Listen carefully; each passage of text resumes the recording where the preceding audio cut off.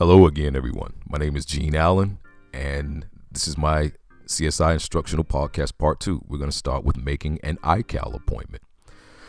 First, we're going to go up to our applications folder and select iCal. Once iCal opens, you have the plus sign up here in the upper left corner. We're going to click on that to make iCal appointments. We have different calendars here that you can choose from. Again, we also have days, we have weeks, we have months, and yearly calendars that we can choose from. But we're going to start with the weekly calendars. Seems to be easiest because it's an overview of what's going on for the week. I want to make an appointment for Friday at 7 p.m. to call my mom. She misses me. So we're going to click on that plus button I spoke about earlier. And in the drop down menu, we're going to type call mom at 7 p.m. on Friday.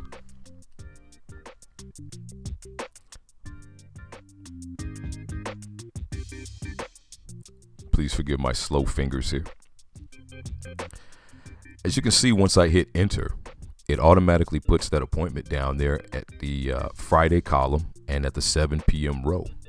I can change what type of alert I want. I can change whether or not I'm busy. And I think I'm going to put an alert for 15 minutes before so I make sure that I don't miss that appointment.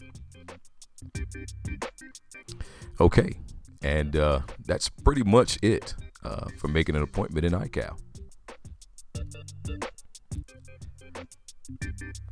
Next, we're going to move on to creating and deleting a standard user account. That's pretty easy to do as well. We're going to click on System Preferences. And when the System Preferences menu opens, we're going to go to Users and Guests. Down here at the bottom, before you make any changes, you want to make sure you click on that lock and input your username and password. After I input my username and password over here and click the unlock button, as you can see, the menu over to the left is no longer grayed in. So over here at the plus menu on the bottom, I'm going to click that, and what we're going to do is choose from the drop down menu the standard account. Full name, we're going to type in Bigfoot. Click down, it automatically populates the account name there. We're going to type in a password here. I think I'm just going to make my password let's see here. What do I want to make my password? Okay, I've got my password in there. Now the password hint is huge hairy feet. I believe I want to make this guy. Yeah, how about that? Okay, we're going to go to create user. Oops, I mismatched my password. So let's try that again. Okay, let's go to big feet for password. Make sure I got that typed in correctly. Create user, and this time everything should work out just fine. There we go. Okay, now we've got Bigfoot as a standard user over in the left hand user column. I could reset the password for Mr. Bigfoot if I wanted to, change the name, apply Apple ID. If I click that apply Apple ID, the populate allow user to reset password using Apple ID will populate. Allow user administrative privileges to this computer, which I definitely don't want. Set up parental controls if you want to. To save your changes, you would click the lock, but we don't want to save this guy. Actually, I want to delete it, so we're going to click the minus button there. And the way this handles things is it saves the home folder in a disk image, which takes up absolutely no space on your computer, so you can go back if you and Mr. Bigfoot fell out and you deleted him and then you became friends again, you wanted to set up his account, you could do that because it saves all of the information in the disk image. But right now I just want to delete the folder because Mr. Bigfoot and I have fallen out, and I want to delete him completely. All right, and he's gone. I definitely want to click my lock again to make change, so no one can make changes. Now we're going to create a PDF file. We're going to go to our applications folder and open up Microsoft Word. You could also do this within iWork Notes if you'd like, which is the Mac equivalent to Microsoft Word. It's actually better. Don't tell Microsoft I said that. Okay, On the list that populates, you got a whole bunch of different templates to choose from. But let's go to File and just choose a blank document, a brand new blank document. And we're going to type in something here. How about hello? My name is Gene Allen, and I am a Full Sail University music production student.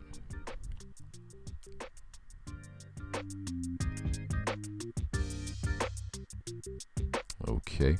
Oops, wait a minute. I want to go back and put that I am a proud Full Sail University music production student.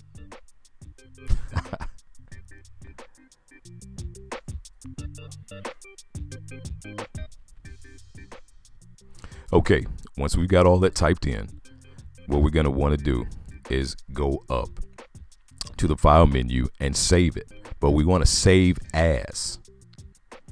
Okay, we want to save as, hello, where we want to put this on our desktop for educational references purposes. But in the format, we want to drop down that menu and choose PDF. Okay, now we're going to save it and look over there to the top right hand corner of the screen, and it created a nice little PDF. All right, let's close out a Word. We're not going to save that. We're going to close out a Word, close applications, and we're going to double click that PDF file, and bam, look at that. It put the hello.pdf up there, one page, and that's how you create a PDF file.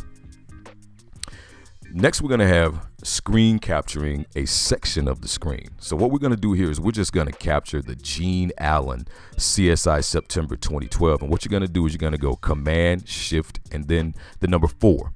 That's going to create like a crosshair there. So you set your crosshair at where you want to capture. You set your crosshair. You hold down the left and drag. So you click and drag over the part you want to capture, and then you release. Once you release it, that creates your screen capture. We're going to double click on that screen capture. Let's close out the other PDF there that I'm looking at. And you can move that screen capture around. And that is the part of the screen that you captured. Remember, that's Command, Shift, and the number 4. Hold down, click, and drag. Release, and it creates your screen capture. Next, we're going to have making an audio recording using QuickTime.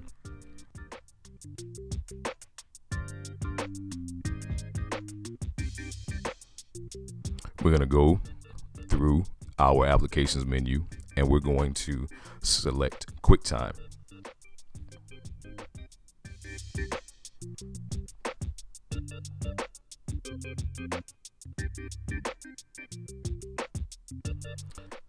Once QuickTime opens, we're going to select from the file menu, create new audio recording.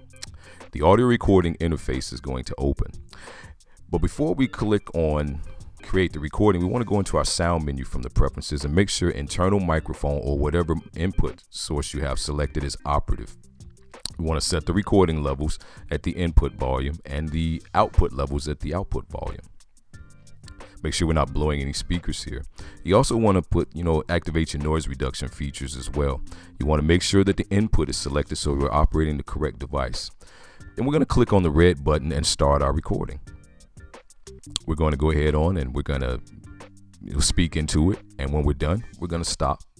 Click the play button. We'll play it back. You should hear your recording at this point. What we're going to do now is we're going to make a file out of it. So we're going to go to File, Export. We're going to name our recording. We're going to export it as hello, and we're going to save it to the desktop. Audio only drop-down menu is set to audio only. Then we're going to export. When we hit export, we're going to close out of the audio recording window, and it creates a WAV file in the top right of our screen there. You can click on it, and it will play your WAV file. You can click on the little play button within the WAV file, and it'll play it. Or you can double click the WAV file itself, and it'll open up in iTunes, and you can hear it there as well.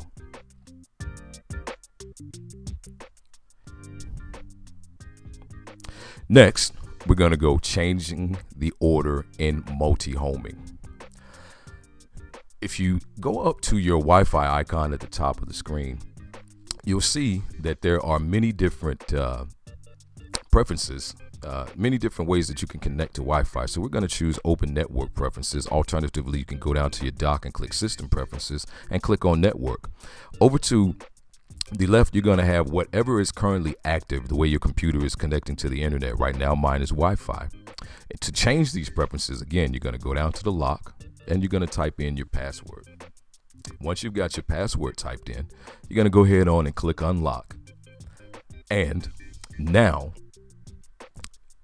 changing the order in which you connect to the internet is changeable by going and clicking on the little cog down there, change set service order, and you can click on the different ways that you can connect to the internet, i.e. Wi-Fi, drag them up and down in order, and they will change in order once you click OK.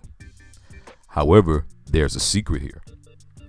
If your Wi-Fi is currently active, you must turn it off first and click apply before, as you can see, your changes are made. Now Wi-Fi is second and Ethernet is first. We're going to go back down. We're going to click on set service order again. Now that Wi-Fi is off, we're going to choose Wi-Fi and move it back up to the top. Click on that guy there. Now we're going to click OK. As you can see over to the left, Ethernet's up top, but we just moved Wi-Fi up to the top. Okay, now Wi-Fi is up top. Turn Wi-Fi on, apply. Bam, there we go. Now Wi-Fi is back up to the top. And that's how you change your multi-homing preferences. Make sure to click the lock so no one else can make changes. Next, we have Wi-Fi hotspot management. Okay, we're going to go to system preferences. We're going to click on networking icon again. Now, what we're going to do here is a little bit different than we did before. Here, I only have one hotspot in my house, one Wi-Fi network in my house, and my computer has never been to another location outside of my home. So in my history, once I click on advanced, I only have one Wi-Fi accessible hotspot or network that this computer's ever seen, which is why the list is only populated with my home network.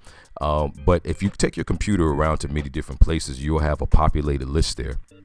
And the checkbox that remember networks this computer has joined, if that checkbox is checked, you'll have multiple places that your computer's been. But what I would do is I would, as far as where it says require administrator authorization to change all of these preferences down here, I would make sure that all of those are checked so that no one has access to change anything to your computer. Again, the checkbox remember networks this computer has joined can be unchecked to delete all of the history of the Wi-Fi hotspots you visited. Remember to click that lock to prevent changes in the future. Next, we have 3 ways to magnify your web text. Let's open Safari here to get a web page up with some small text at the bottom here. Okay, that's the Apple homepage there. And down at the bottom, you see there's some pretty small text. There's 3 ways you can change that text.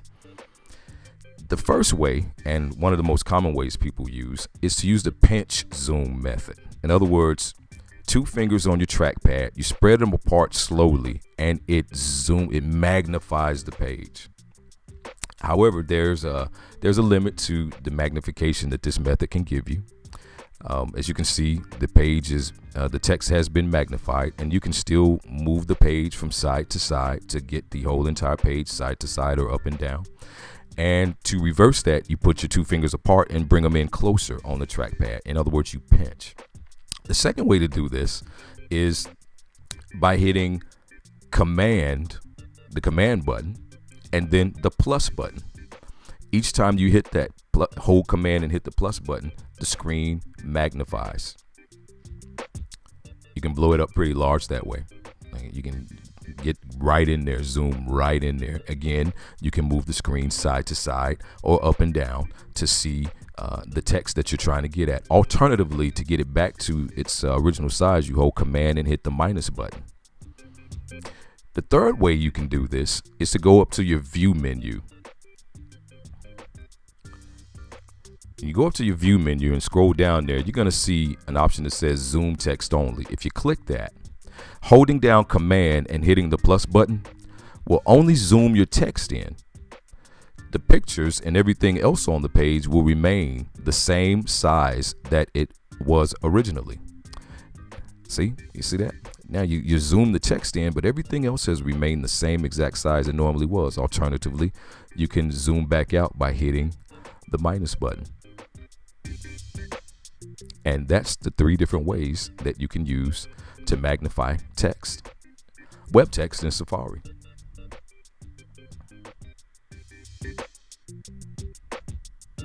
Next, we're going to have designating your web start page. This one's pretty easy. Let's go back down to the dock and click Safari again.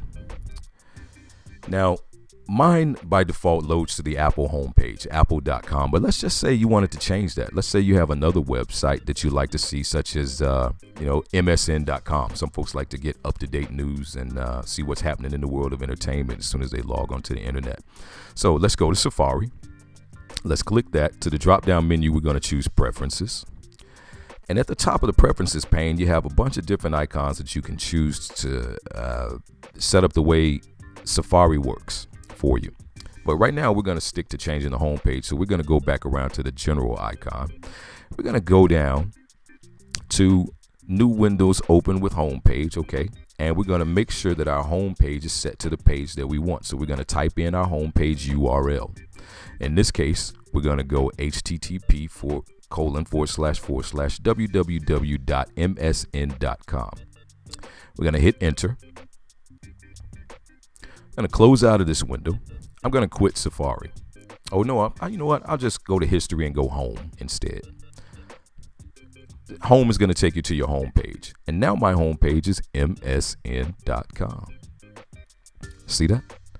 Now you've got all your breaking news, world news, entertainment news, health news, and all the crazy stuff that's happened since the last time you visited your page. But let's just say I want to go back to my home page, my original Apple home page. Okay, I quit Safari. I open Safari back up, and doggone it, there's MSN again. I don't want MSN. I want to go back to Apple. Okay, I go to my Preferences menu in Safari. Go back down to my homepage URL there, and I type in www.apple.com/start page.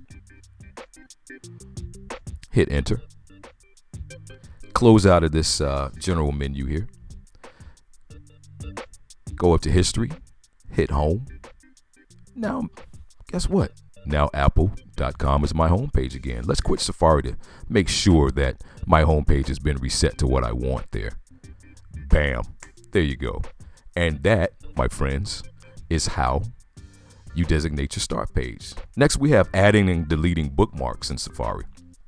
Okay, let's go and start Safari right quick. Okay, now, bookmarks are these lovely things that we use to keep track and history of the web pages that we visited before. So let's type in a web page that I like, which is akaipro.com. They make the MPCs that I love so much to produce my music with. Okay, I'm looking for a particular MPC, so I want to go to products, and yeah, there's the MPC series. I really am interested in the MPC Renaissance and the MPC Studio whenever they do decide to hit the market.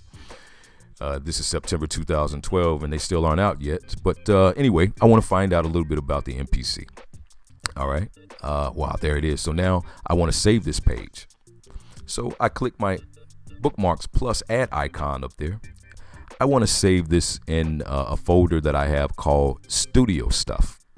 So I want to select my Studio Stuff folder, and I want to name this page my Akai Pro MPC Renaissance, so that when I click that URL again, it takes me right back to this page. I don't have to go through MPC products or anything of that nature.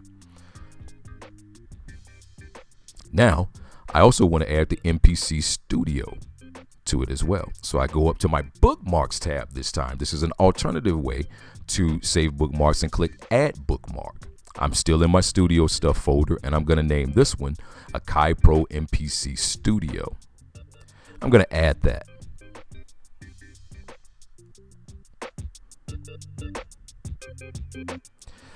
Go down to my bookmarks, click Studio Stuff, go all the way down because the last page you saved is going to be at the bottom of your folder there. Now wait a minute, I got 2 MPC Renaissances and an MPC Studio. Why do I need 2 MPC Renaissances? Let me delete one of those, okay? From here, I'm going to go to my bookmarks icon. See, it's a little bit different. It looks like an open book there.